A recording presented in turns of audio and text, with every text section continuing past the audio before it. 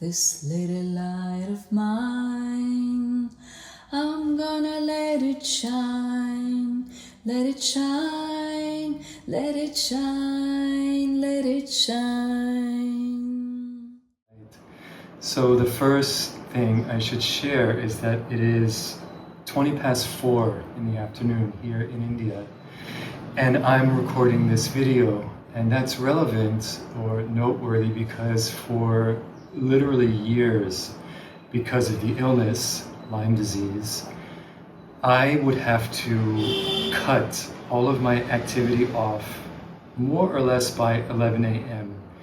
The reason why I'm able to do this now is because between the time of the last video and now, it's just been this incredible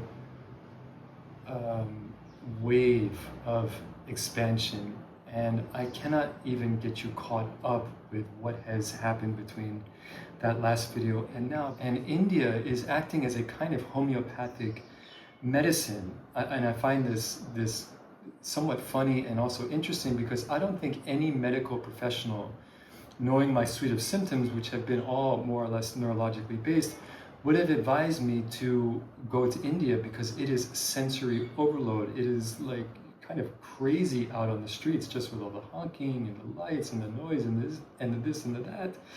That for somebody with my kind of issues, it could be a lot, but in fact, it's just what the doctor ordered. And it's almost like a dose of the thing that you don't need or want, in a sense, that ends up being exactly the thing that you need and that heals you. And that's more or less the essence of homeopathic medicine.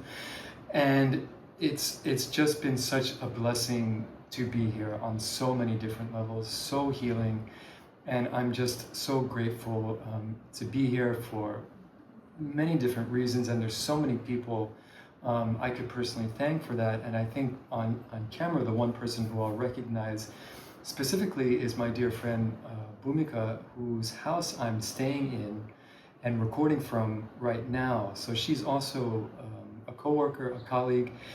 And the other big piece of news is that we are traveling to Kenya. And this will be my first trip back to the country in 6 years since the diagnosis. It'll be her first trip to Africa. The big picture thing that's going on here is that yes, I am now post Lyme disease, and brick by brick by brick, laying the foundation of a new life. And the way that's showing up right now is in two different directions, and they're both more or less leading to the same exact place. So my overall intention right now is to create a nest of security, I've been calling it, or a foundation for which the rest of my life that I can foresee is going to be built on. So on the one hand, I started this blog on Substack about a week ago. It's called Life After Lyme. That's lifeafterlyme.com. What that is all about is me very candidly, with as much emotional rawness and authenticity that I can muster, sharing about the 6-year-long healing journey that I was on. And I'm still on it now, but it really pivoted towards the end of last year, where I moved from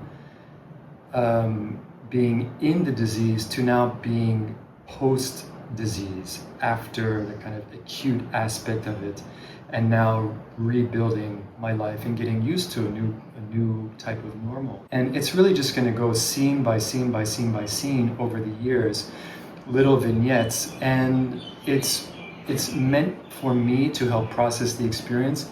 And I'm also hoping that it's going to be of benefit for anybody who's dealing with adversity, who's dealing with Lyme disease or another chronic condition, to hear from somebody who has really gone to some pretty deep places, and for that person to hear a voice from the other side of it saying, you can make it, there is another side, and that this illness you're going through, that I went through, it can be a healer, it can be a teacher, if you allow it to be. That has brought me to this place now where I'm realizing what a gift that it was, because it has just sharpened my focus and really clarified what it is I want to do with the rest of my life. And I've spoken about that in previous episodes of this series.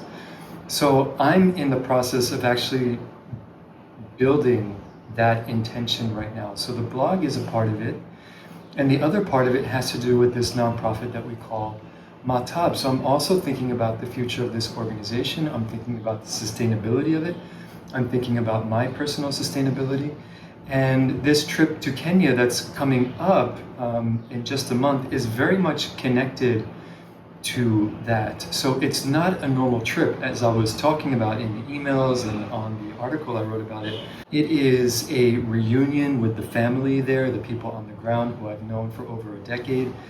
I'm also going to use, with Bhumika as well, all of the time to gather stories. So much has happened, as you know, with the school since 2019. It's been rebuilt, it's been expanded, and it's now on the verge of another expansion. The main challenge right now is the fact that we have children who are coming to the end of their primary school education or junior secondary school education at age 13 or 14 and have nowhere to go afterwards. So the natural progression for these students is to go to secondary school, which would be classes 10, 11, and 12, and then ultimately on to college.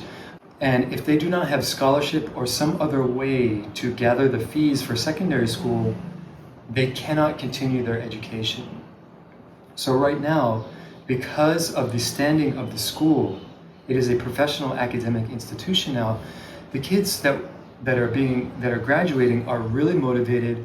They are doing really well in school. They have dreams and they want to continue their education, but because of their poverty level and inability to access resources to fund their secondary school education, which is relatively expensive, they're having their education stopped. And this is not okay for all of us who are involved with the school. So this is the number one urgent and pressing challenge, to help find a way for these graduating students to continue on to secondary school.